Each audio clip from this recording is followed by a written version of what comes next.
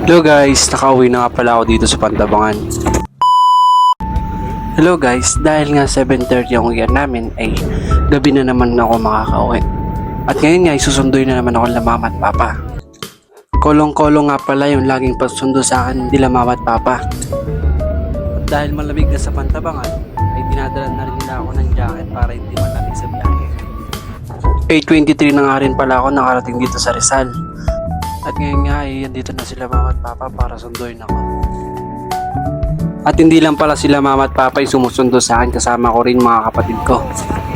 Super thankful nga pala ako kay God dahil binigyan niya ako ng mga masisipag at mababait na mga magulang. Na kundi dahil sa kanila ay nakakapag-aral ako. Ngayon nga ay bibili nga kami ng chicken dito sa tabi ng simbahan para magawing ulam namin sa hapunan. Dito nga ay napakabilis mag-drive ni Papa at yung isang chicken nga pala ay kinain na namin. Nagdahan-dahan nga pala dito si Papa dahil tuwing gabi nga ay minsan may huli nga pala dito sa Rizal. Kaya konting ingat kami dito dahil dito nga sa Nueva Ecija ay madalas ay magkaroon ng aksidente kaya dahan-dahan kami mag-drive. Nandito na nga pala kami ngayon sa Pantabangan kung saan ang napakalamig na lugar dito sa Nueva Ecija. Makakawala rin pala ng pagod yung makita ko lamang na masaya sila mama. Kaya thankful ako dahil sila yung naging magulang ko at sila yung nagpapaaral sa akin. At sisikapin ko na makapagtapos ang pag-aaral kahit mahirap kakayanin ko para sa inyo.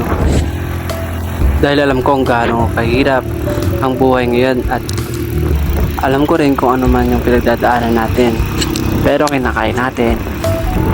So guys, nandito na nga pala kami yun sa Sitio Aya sa Poblacion East at malapit na kami makauwi.